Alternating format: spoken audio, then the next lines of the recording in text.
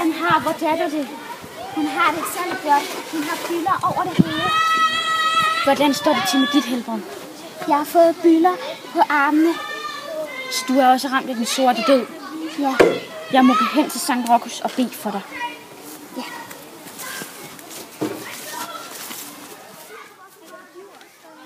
Hvad skal jeg gøre?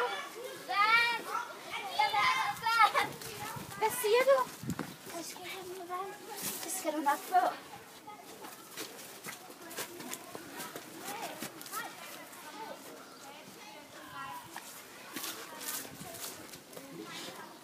Her, der er noget vand, som du kan få.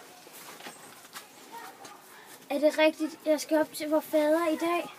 Det er jeg bange for. Det er 5 fingre siden, ikke?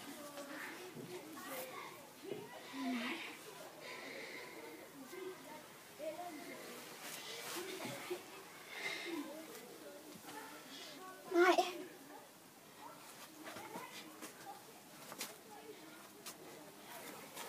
Nej. Hun er død.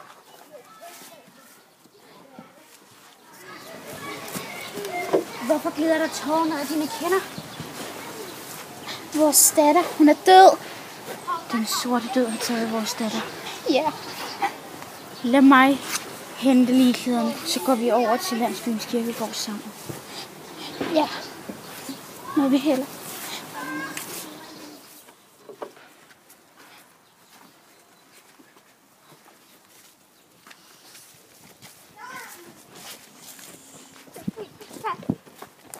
Det gik så hurtigt.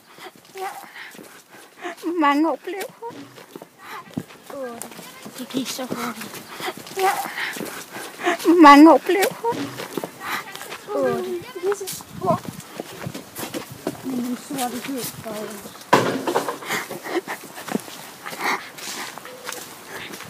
de begraver dig nu. Vi skal nok få begravet hende ordentligt. Vi begraver dig, Mona, 8 og 2 måneder. Lad os bede.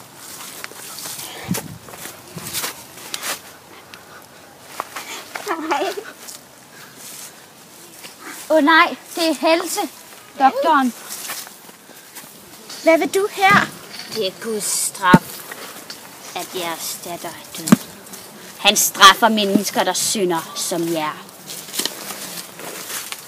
Alle, der synder, vil dø af den sorte død. I kan bede og gå i kirke, men I bliver aldrig tilgivet.